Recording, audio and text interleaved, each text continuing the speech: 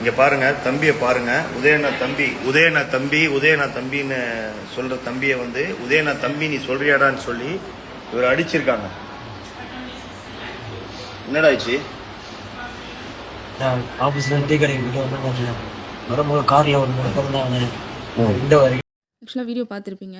இவர் யாருன்னு பார்த்தீங்கன்னா உதயண்ணா தம்பினா அப்படின்னு வந்து சொல்லிட்டு இருந்த ஒரு பர்சன். இப்போது ரீசன்ட் டைமில் இவரை வந்து டிவிகே சார்ந்த பீப்புள் வந்து அடிச்சுட்டதாகவும் கொலை மிரட்டல் விட்டதாகவும் அப்புறம் இன்னும் பேட் வேர்ட்ஸ்லாம் பேசினாங்க அப்படின்னு சொல்லிட்டு இருக்காரு. ஆக்சுவலாக டிவிகே சார்ந்த பர்சன் இல்லை, யார் இதை பண்ணியிருந்தாலுமே தப்பு தான். ஆக்சுவலாக ஒரு கருத்து வைக்கிறாங்கன்னா அந்த கருத்து ரீதியாக பதில் சொல்ல கற்றுக்கோங்க. இன்னொன்று என்னென்னா, இந்த வீடியோ வந்து நான் வந்து 8:15 நான் பார்த்துட்டேன். ஆக்சுவலாக இதுக்கப்புறம் ஒரு வீடியோ வருது, அதையும் பார்த்துருங்க.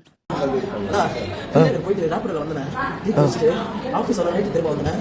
அங்கே யாரும் தெரியல, ஒரு காரில் உட்காந்துருந்தாங்க, வேறு காரில் வெல்கம் பண்ணிட்டு நிறைய நடந்து வந்தேன். தம்பி சூப்பராக பேசுறீங்கன்னு சொல்லி கை கொடுத்துருந்தாங்க, கை கொடுத்து நல்லா பேசியிருந்தாங்க.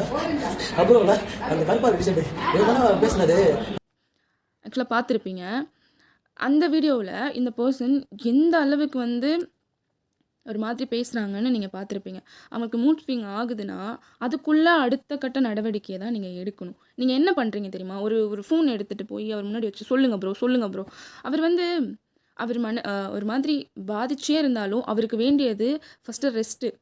நீங்கள் நெக்ஸ்ட்டு வந்து என்ன டீட்டெயில் கேட்டாலும் அவர் சொல்ல தான் போகிறாரு. இல்லை நீங்கள் எல்லாருமே பிளான் பண்ணி இல்லை ஃபஸ்ட்டு நம்ம வீடியோ வந்து சோஷியல் மீடியாவில் அப்லோட் பண்ணிவிட்டு அதுக்கப்புறம் இவருக்கு வந்து சிகிச்சை எடுத்துக்கலாம் அப்படின்னு நீங்கள் நினைக்கிறீங்கன்னா எதுக்கு அந்த ஆக்டிங்னு கேட்குறேன். நீங்கள் நார்மலாக பேசுகிறதுக்கும் இப்படி ஒரு பெர்ஃபார்மன்ஸ் பண்ணுறதுக்கும் நல்லாவே தெரியுதே.